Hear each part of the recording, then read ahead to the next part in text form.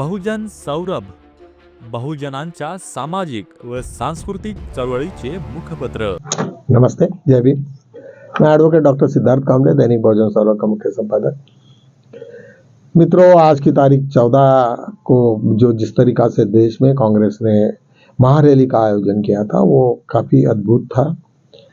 लाखों की संख्या में वहां लोग आए थे। जिस तरीका से सबका उत्साह था, मैं ऐसे अनुमान कर रहा था कि शायद वो रैली के बाद में कुछ ना कुछ तो भी होगा इस देश में। ऐसा कुछ हुआ नहीं, क्योंकि वहां पे बीजेपी की चीफ मिनिस्टर भी बैठी थी और सभी लोगों ने जिस तरीका से उन्होंने पूरा जो कॉन्स्टिट्यूशन के हिसाब से ही उन लोगों ने सब ये किया बातों को, लेकिन बार बार उन्होंने एक ही चीज को काफी दोहराया कि वो चीफ इलेक्शन कमीशन का जो जिस तरीका से रवैया है, जिस तरीका से वो बीजेपी को मिला के वो जीत हासिल करवा रहे हैं, वो उसको तुरंत रोकना चाहिए। और वो नहीं हुआ तो हम लोग सब याद रखेंगे।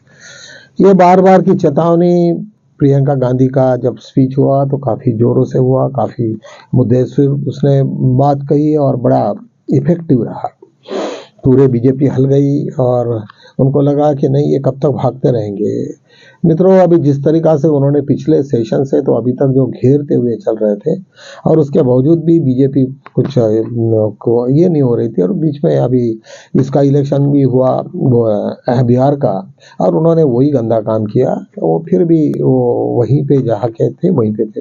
यही नहीं तो आरएसएस के प्रमुख भागवत जी, उन्होंने अभी अंडमान निकोबार में भी ये कहा कि भाई सच्चाई ऊंचाई हम लोग नहीं जानते, हमें जिसके पास में सत्ता है वही हमारी बात है। तो ऐसे टाइप का जब विवाद हम लोग को आते हैं तो निश्चित रूप से आज राहुल गांधी ने वहां से जो ये बात कही कि भाई मोहन भागवत का ये कहना है सत्य के विरुद्ध में असत्य की जो लड़ाई चल रही है वो निश्चित आज तक के पूरे इतिहास में सत्य ही जीता है। तो हम आज ना कल इनको बीजेपी और आरएसएस को पूरा नीचे मट्टी चटाएंगे। मित्रों, मुझे लगता है कि कई सालों के बाद में आज पहली बार मैं देख रहा हूं कि कंटिन्यूअसली राहुल गांधी कांग्रेस ये केवल आरएसएस को कोच रही है। आरएसएस आज तक का इतना एक्सपोज नहीं हुआ था जितना इन दिनों में हुआ है। और जब आरएसएस ज्यादा एक्सपोज हो जाएगा तो निश्चित रूप से उसको खतरे भी पैदा हो जाती है। पॉलिटिकल इलेक्शंस, पार्टियां कम होना ज्यादा होना ये ठीक है, ये गिरना ये हो, लेकिन आरएसएस को इतना एक्सपोज आज तक किसी ने नहीं किया जितना राहुल गांधी ने किया। शायद वो ये भी एक बात है कि अभी तक जो आरएसएस थी वो चुपी थी। उनका आज तक का एजेंडा वही था कि जो भी काम करने का तो छुपे रुस्तम से काम करो, अंदर से करो, किसी को मत बताओ। और बिल्कुल जब भी कभी आंख पे आ जाती तो बात को ढकेल दो, उनको बोले कि हम थे ही नहीं, हम तो वो है ही नहीं। इस टाइप की राजनीति कई बार उन्होंने की और हर वक्त वो पकड़े गए हैं। और आज तक फिर उन्होंने उसका, क्योंकि ब्यूरोक्रेसी में उनका बहुत बड़ी पकड़ है और ब्यूरोक्रेसी में पकड़ होने की वजह से वो बार बार इससे बचते हैं।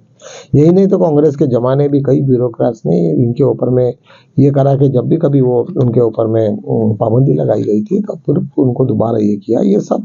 ये सबको मालूम था। लेकिन आज की रैली से दो तीन चीजें बड़ी साफ हो गई कि राहुल गांधी और प्रियंका गांधी ने जिस तरीका से पार्लियामेंट में बीजेपी को धोया है वो सब के सब फिर दोबारा उन्होंने रिपीट किया और लोगों को कहा कि तुम्हें उनको रोकना पड़ेगा। और कंटिन्यूअसली जब चलेगा तो निश्चित रूप से मुझे ऐसा लगता है कि आने वाले दिनों में कुछ ना कुछ तो भी उसका असर होगा।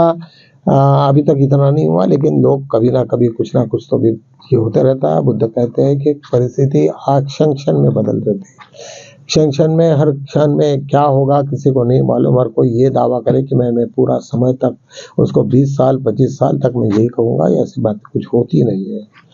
ऐसे एक आज वीडियो आया हमारे पृथ्वीराज चौहान जी का था, वो अभी बीजेपी में शामिल है। उन्होंने कहा कि जो जाफरी स्टिंग की जो फाइल है अमेरिका में, वो शायद वो अभी 17 दिसंबर को वो खुलने वाली है और उसमें बहुत सारे लोग उसको छपड़े जाने वाले हैं। मोदी जी भी उस दिन में उनका प्राइम मिनिस्टरशिप बदल सकता है।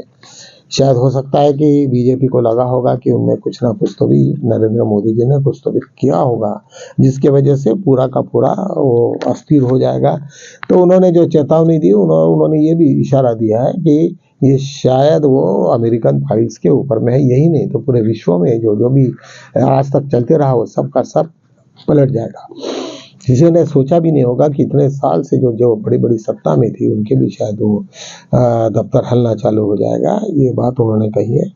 फिर दोबारा पृथ्वीराज चौहान ये भी कहते हैं कि अभी का जो नेक्स्ट प्राइम मिनिस्टर होगा वो केवल महाराष्ट्र का ही होगा। अभी महाराष्ट्र का 2-3 नाम बड़े चलते हैं यहाँ पे। एक तो मोदी और आरएसएस का सबसे करीबी आदमी फडणवीस जी है और हमारे नितिन जी गडकरी है।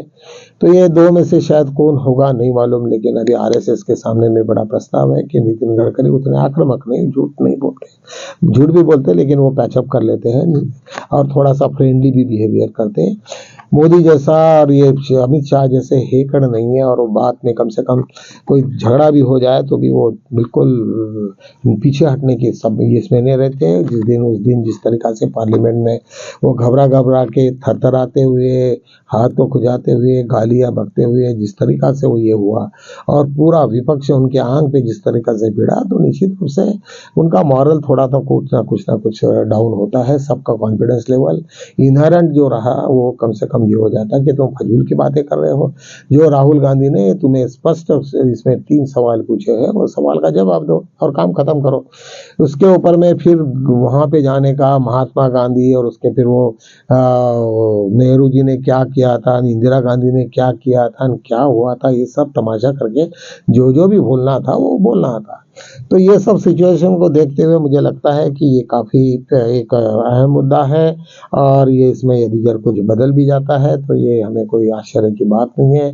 हो सकता है कि जाफरी जस्टिन की फाइल ये काफ़ी महत्वपूर्ण होगी। शायद कौन से हालत में फोटोग्राफ्स उनके बाहर में आते और किस तरीक़ा से वाइडली वो ये हो जाता है फैलाव, तो इसके बारे में बताना बहुत ही यह है। एक बात है कि अडानी के बारे में सुप्रीम कोर्ट से जहां से वो अमेरिकन कोर्ट में जो मसला चल रहा है कई हजारों करोड़ का, US 62,62 करोड़ का, उसके ऊपर में 2023 से अप्रैल 2023 से कंटिन्यूसली यूनाइटेड स्टेट का ये जो है वो समझ भेज रहा है, लेकिन यहाँ का कोर्ट उसको जानबूझ के डिलीवर नहीं कर रहे। अंबानी अडानी यही है, लेकिन आज तक 5 टाइम्स उन्होंने वो समझ भेजे हैं, लेकिन किसी भी प्रकार से उसको उठाया नहीं जा रहा है।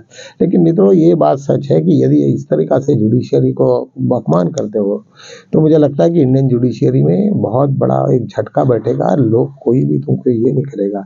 उसके बाद में अभी जब भी कभी अडानी वहाँ खड़े भी हो जाते हैं तो उनको बेल भी नहीं मिलेगी। उनको कहेगी कि भाई हमें अभी समन से यदि इशू नहीं होता उनको तो हम लोग क्या करेंगे, कैसे क्या जुडिशरी काम करेंगे, इंटरनेशनल लॉ इंटरनेशनल कोर्ट कैसे काम करेगा यदि यार कोई किसी को कोई सरकार उसको बचा रही है। क्योंकि अभी उनको भी मालूम पड़ गया कि यदि हम लोगों ने इसको दे दिया अडानी को तो पूरा का पूरा सरकार बिगड़ेगी, सबका सब होगा, उसके बाद में उसको जमानत भी नहीं होगी, देगी नहीं जमानत, क्योंकि उनको बोलेंगे नहीं वो कुछ नहीं, नथिंग डूइंग, तुम लोगों ने अभी तक सर्व उसको समन से भी सर्व नहीं कर रहे 5 टाइम्स होके भी, और बार बार वार्निंग देने के बाद में भी नहीं। तो अभी एक ही ये रहा कि इंटरपोल से उनको उठाओ। यदि यार इंटरपोल से उठाओगे तो क्या हालत होगी, ये देश की भी क्या हालत होगी, ये सबको मालूम है। शायद मुझे लगता है कि ये अडानी के चक्कर में ऐसा ना हो कि पूरा देश पूरा बर्बाद हो जाए और पूरा अमेरिकन बहुत ही इन लोगों की हालत खराब करे।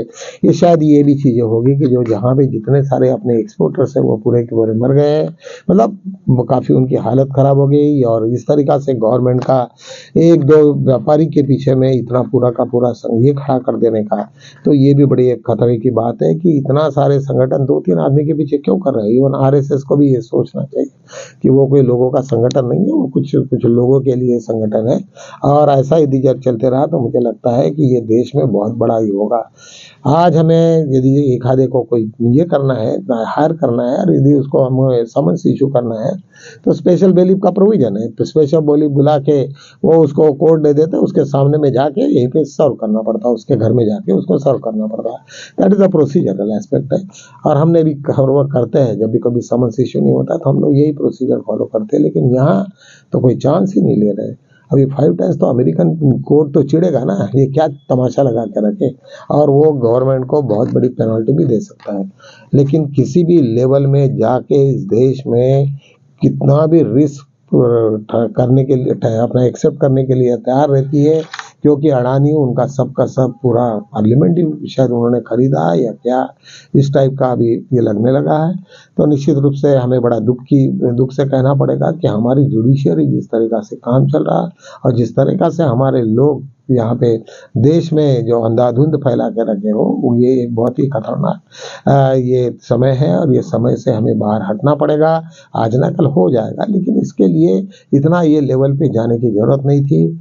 तो मुझे ऐसा लगता है कि आज हम लोग यहीं रुकते हैं, क्योंकि इसमें काफ़ी इम्पोर्टेंट इश्यूज है। कल हम नए इश्यूज के साथ में आएंगे फिर दोबारा आपके पास में। तब तक के लिए जय भीम।